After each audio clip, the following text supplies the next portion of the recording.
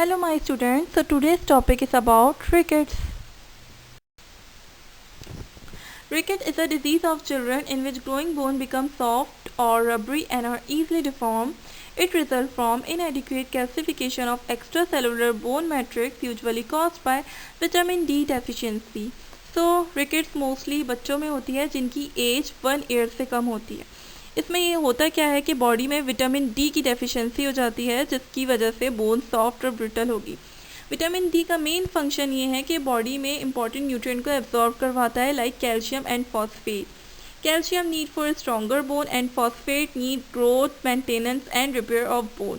सो जब vitamin D की deficiency होगी ये चीज़ें जो इसमें एब्जॉर्ब नहीं होंगी उसकी वजह से क्या होगा कि बोन डिफॉर्म होगी। राइट साइड पे जो आप बोन देख रहे हैं डेट इज़ रिकेट। इसमें क्या है कि इनएडिक्वेट कैल्सिफिकेशन हो रही है। ये जो आपको पोरस बोन दिख रही है बोन के अंदर का structure that is extra cellular bone matrix, ये जो है स्ट्रेंथन नहीं है। जो लेफ़्ट साइड पे बोन है डेट इज़ नॉर्मल बोन, ये बिल्कुल स्ट्रेट है और इसमें जो है क्या कहते हैं विटामिन डी सफिशिएंट अमाउंट में है। तो विटामिन डी की जो मेन सोर्स है वो fatty fish oil, milk, infant formula, cereals and dairy product. उसके अलावा वो बच्चे जो प्री मेच्योर बेबीज़ होते हैं जिनकी 9 मंथ से पहले जो है वो डिलीवर हो जाते हैं, इनमें भी इसके चांसेस हैं रिकेट्स के। इसके अलावा जो डार्क स्किन पीपल हैं उनमें भी कॉमन है क्योंकि उसमें विटामिन डी ईजिली एब्जॉर्ब नहीं होता। उसके अलावा वो बच्चे जिनकी आउटडोर एक्टिविटी कम है, वो ज़्यादातर टाइम घर में स्पेंड करते हैं तो सनलाइट नहीं मिलने की वजह से उनमें भी विटामिन डी की डेफिशिएंसी हो सकती है। विटामिन डी का मेन सोर्स जो है वो 85% is sunlight and 15% is diet, certain diet.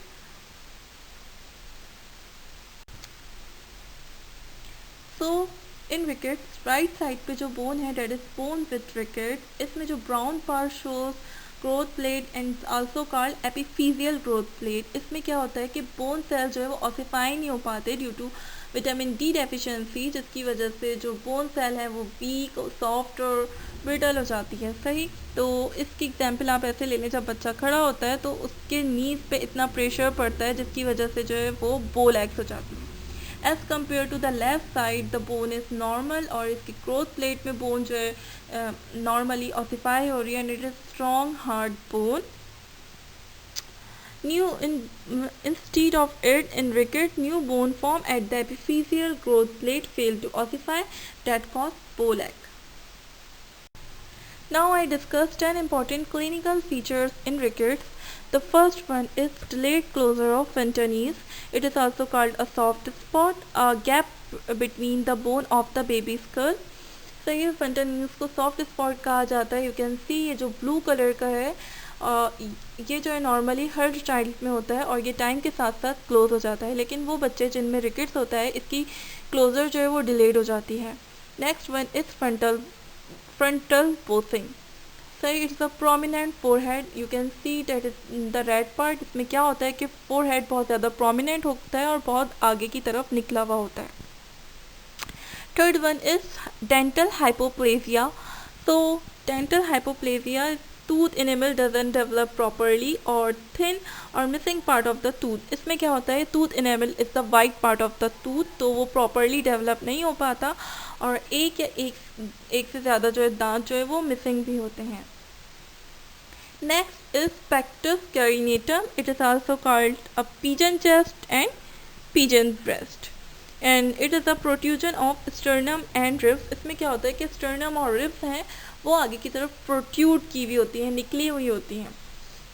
Soiling in wrist and joint is also common. सही, राइट साइड पे आप देखेंगे कि next is wide futures. Abnormal widening of फाइब्रियस joint between bone of the skull. तो फाइब्रियस joint bone और sculls को आपस में जॉइन करते हैं। इसमें क्या होता है कि रिकेट्स में फाइब्रियस जॉइंट जो है एबनॉर्मल वाइड होंगे। Next one is craniotapes.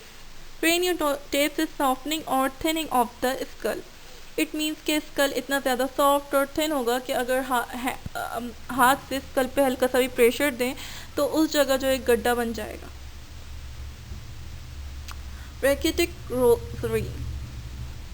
So rachitic rosary is enlarged costochondral junction of wrist, इसमें क्या होगा कि वो पॉइंट जहाँ पे कार्टिलेज और रिस्ट जो आपस में जॉइंट हो रहे हैं वो इनलार्ज हो जाएगा और वहाँ पे बीड्स लाइक अपीयरेंस बन जाएगी. Prominent knobs of bone at costochondral joint in ribs.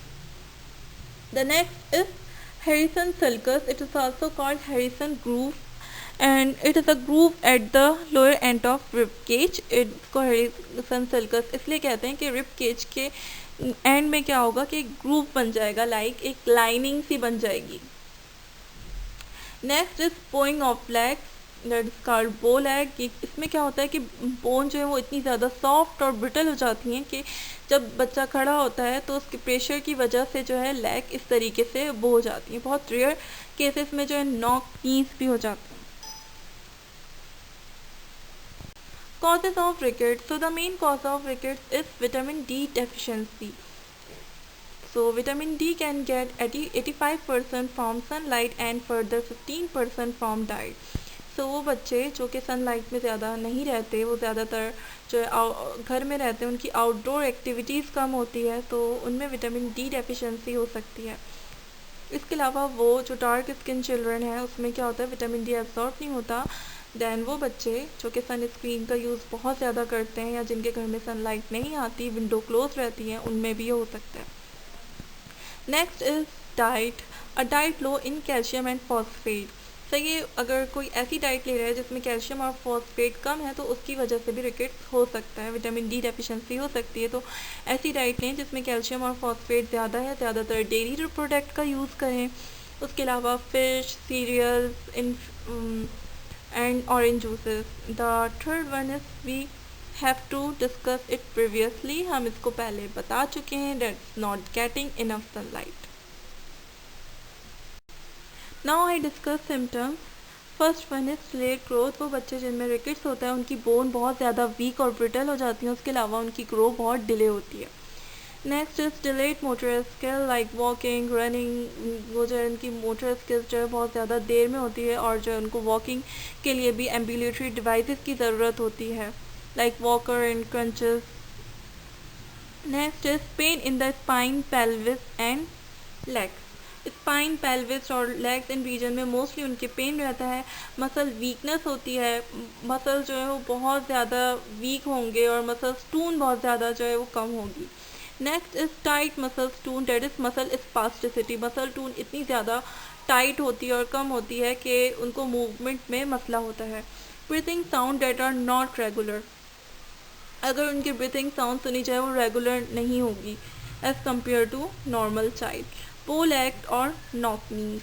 Pull act are mostly common but in rare cases knock knees can also be in the rickets. Knock knees में क्या होता है कि जब बच्चा खड़ा होता है तो प्रेशर की वजह से क्या होगा कि दोनों घुटने आपस में अटैच हो जाएंगे.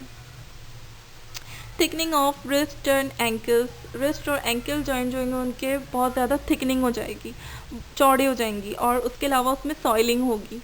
The last one is breast bone projection. We can also discuss in, it is also called pectus carinatum, that is pigeon chest or protrusion of sternum and wrist. इसको breast bone जो है projection भी कहते हैं. Treatment. So the main treatment for rickets is vitamin D and calcium supplementation. सही, तो rickets की main treatment में क्या होता है कि कैल्शियम और विटामिन डी के सप्लीमेंट दिए जाते हैं. Next one is dietary changes. Dietary changes में ऐसी डाइट दी जाती है जिसमें कैल्शियम, विटामिन डी ज़्यादा हो, like fatty fish, fish oil, milk and dairy product, infant formula, cereals and orange juices. The next one is surgery और bracing for skeletal deformity.